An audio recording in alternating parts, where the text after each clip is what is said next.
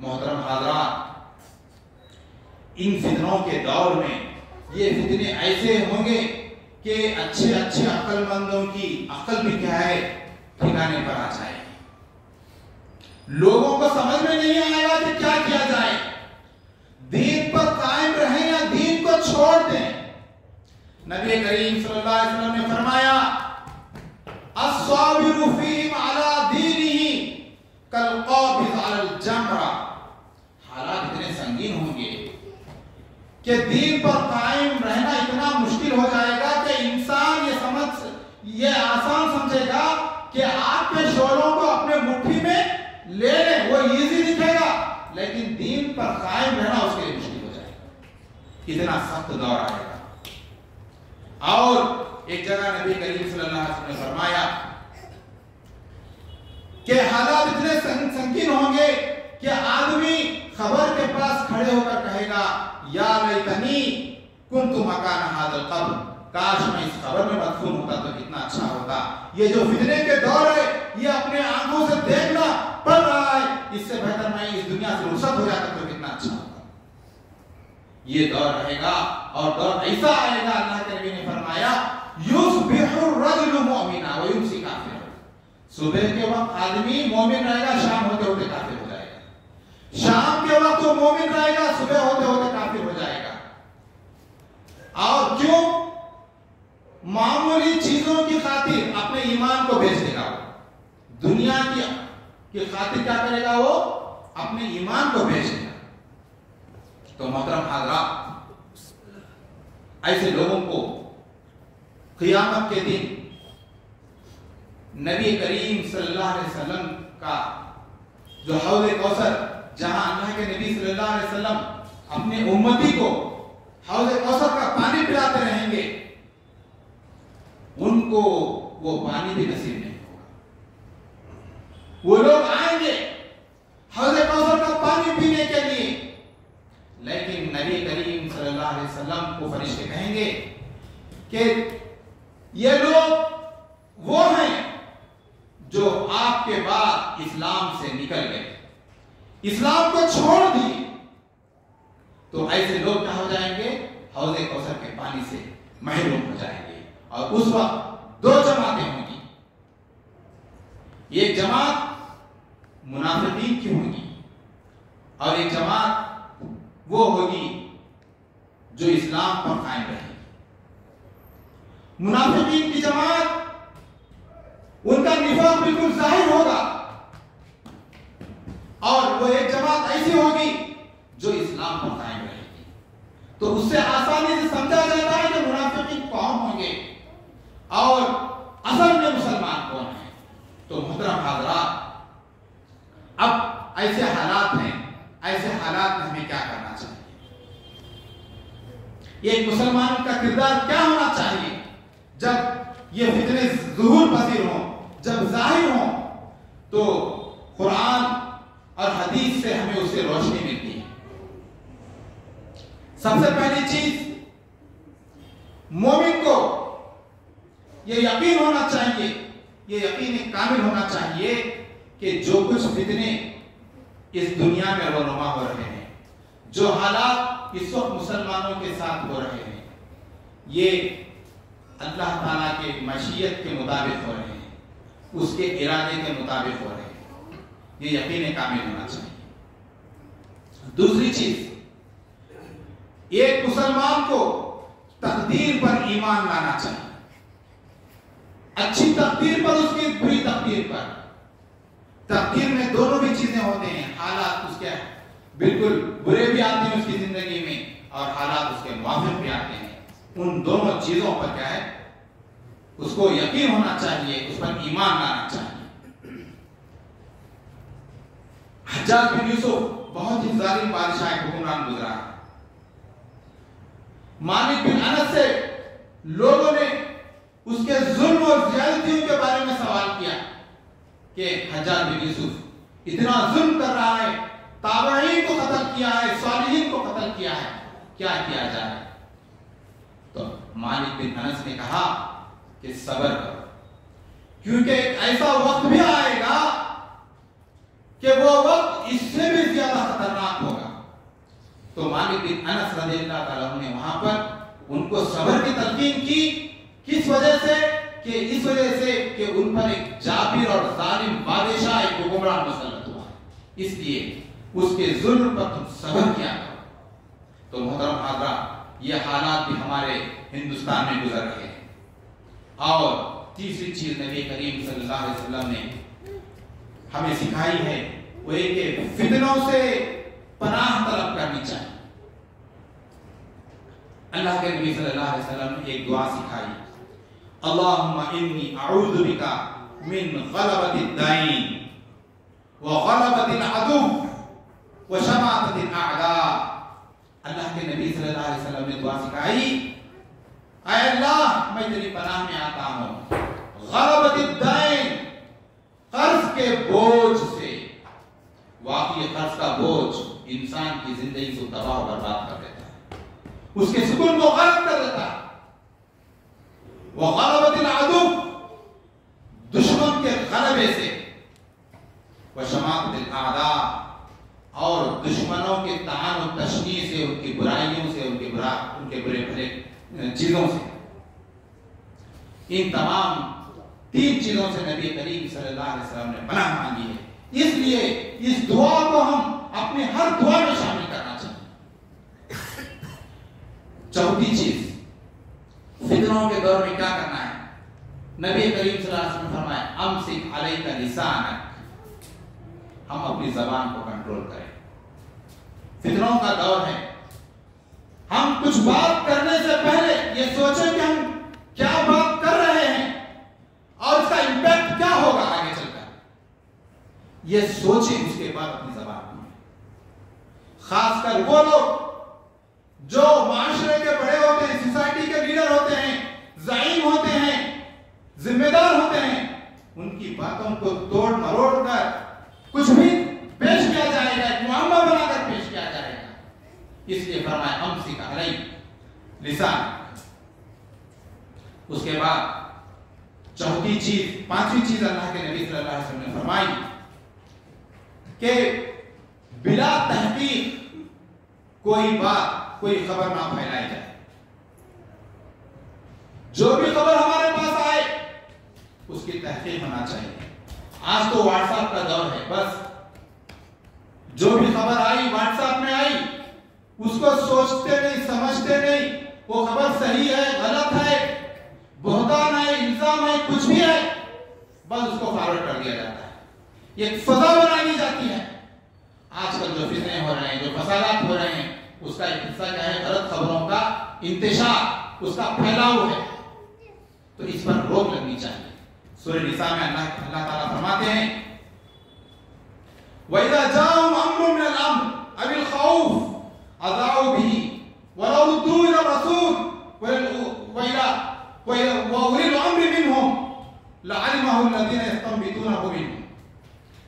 فرمایا اللہ تعالیٰ نے کہ جب کوئی خبر تمہارے پاس آئے، امن کی، خوشی کی، ابی الخوف یا خوف کی، تو اس کو آپ کس کے حوالے کر دو؟ اللہ کے رسول کے حوالے کر دو. یا اولی الامر منہم، یا ہمارے جو سربر آوردہ لوگ ہیں، جو ہمارے ذمہ دار لوگ ہیں، ان لوگوں کے سامنے اس خبر کو پہنچا دو کہ ہمیں یہ خبر ملی. تو ان کی ذمہ داری ہوگی اس کو پھیلانے. تو وہ لوگ کیا کریں گے؟ اس کی تہ میں جائیں گے، اس کی خبر کی سچائی تک جائیں گے. ورنہ کیا ہوتا ہے؟ اگر امن کی کوئی خوشی کی بھی خبر ہے، اس کو پھیلا دیا جائے تو انسان کیا ہے؟ خوشبو میں مبتلا ہو جاتا ہے. اگر کوئی خوف کی خبر ہے تو اس سے انسان بزدل ہو جاتا ہے. تو لہذا دونوں صورتیں کیا ہے؟ نقصان دہ ثابت ہوتی ہیں. تو ایسی خبروں کو ہم، ہمارے جو لیڈر ہوتے ہیں، جو ہمارے ذمہ دار ہوتے ہیں، ان تک پہنچانا چاہیے. اور ان کی ذمہ داری یہ ہوتی ہے کہ اس کی خبر کی تہ تک پہنچ کر اس کی وہ تحقیق کرتے ہیں. تو محترم حضرات، یہ چیزیں تھیں جو ایک مسلمان، خاص کر ہندوستانی جو مسلمان جس دور سے گزر رہے ہیں، ان لوگوں کو اس الہی عمل پر، اس پر عمل کرنا چاہیے. آج کل کے حالات کو دیکھ کر آج کل کے حالات کو دیکھ کر ہندوستانی مسلمان 3 کام کر سکتے ہیں.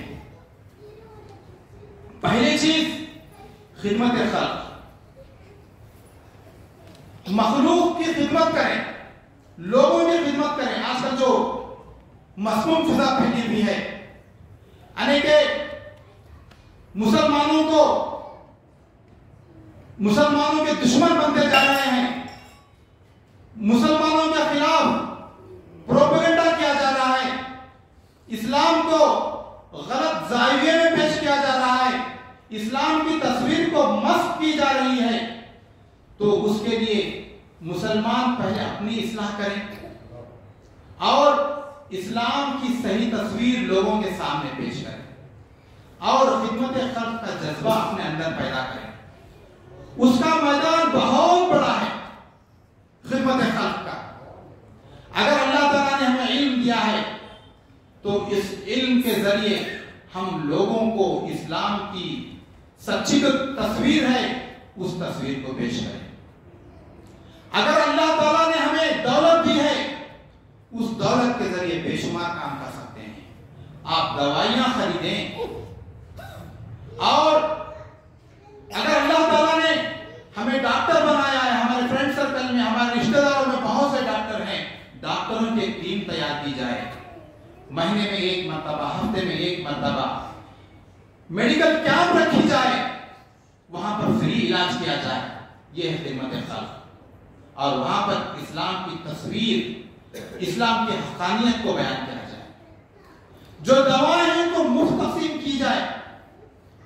جو لوگ لیب کے مالک ہیں ہفتے میں 1 مرتبہ اپنے لیب فری کر دیں.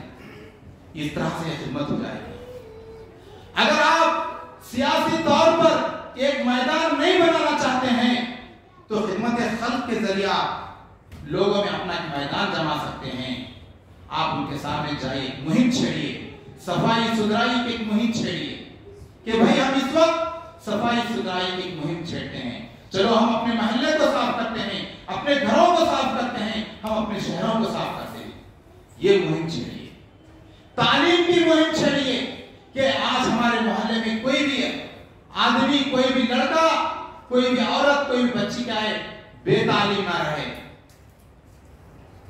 اور یہ ایک ہفتہ آپ ان کے اندر تعلیمی بیداری پیدا کیجئے اور ایک ہفتہ غریبی کو دور کرنے کی جو تدابیر ہیں اس کو آپ سامنے لائیں. تو اس طرح سے خدمت خلق کا میدان ہے. مدارس اور مساجد کو استعمال کیجئے سینٹر کے طور پر. اگر سیلاب آ جائے یا طوفان آ جائے تو مساجد میں آپ رکائیے. کچھ سال پہلے مدراس میں خطرناک طوفان آیا ہوا تھا تو وہاں کے مسلمانوں نے اپنی مساجد کو کھول دیا غیر مسلموں کے لیے. بہت اچھا میسج چلا گیا غیر مسلموں کے درمیان. مدارس میں بلائیے، ان کو بتائیے کہ دیکھیے ہمارے مدارس میں کیا تعلیم ہوتی ہے. لوگوں کے اندر ایک غلط فہمی ہے کہ وہاں پر دہشت گردی کی تعلیم ہوتی ہے، وہاں پر جہاد کے تعلق سے تعلیم دی جاتی ہے. جہاد کیا چیز ہے وہ بتائیے. ابھی کچھ دن پہلے ہمارے ایک دوست تھے، ان کے فرینڈ سرکل میں ایک انویسٹیگیشن NIA کا ایک افسر، اس نے پوچھا کہ یہ مدارس میں کیا تعلیم ہوتی ہے، اس کو بھی نہیں معلوم. NIA کا افسر بنا ہوا ہے، اس کو معلوم نہیں کہ مدارس میں تعلیم کیا ہوتی ہے. کیا وہاں دہشت گردی کی تعلیم ہوتی ہے؟ وہ پوچھ رہا ہے وہاں پر پڑھا کیا جاتا ہے. اور یہاں پر اہل حدیث کے مساجد کتنے ہیں یہاں پر؟ اور ہم نے سنا کہ مسلم محلوں میں چرس اور گانجا تقسیم کیا جاتا ہے. تو دیکھیے یہ غیر مسلم کے دل میں کس طرح کے شکوک و شبہات ہیں. تو اس طرح کے جو شکوک و شبہات ہوتے ہیں ہم لوگوں پر ضروری ہے کہ ہم مساجد کو استعمال کریں. ایک ہفتہ مساجد میں ان کو بلائیں، مدارس میں بلائیں اور بلا کر تعارف کرائیں کہ ہم پر کیا ہونے جا رہا ہے. تو محترم حضرات، یہ چیزیں تھیں. بس میں اللہ تعالیٰ سے دعا کرتا ہوں کہ اللہ تعالیٰ ہم تمام لوگوں کو ہر قسم کے فتنے سے اور شر سے بچائے. اور ہمیں اللہ تعالیٰ اسلام پر قائم و دائم رکھے، ثابت قدم رکھے، جب تک اللہ تعالیٰ ہمیں اس دنیا میں رکھے، کلمہ لا الہ الا اللہ پر رکھے، جب ہمارا خاتمہ ہوگا کلمہ لا الہ الا اللہ پر ہو۔ آمین۔ وآخر دعوانا الحمدللہ۔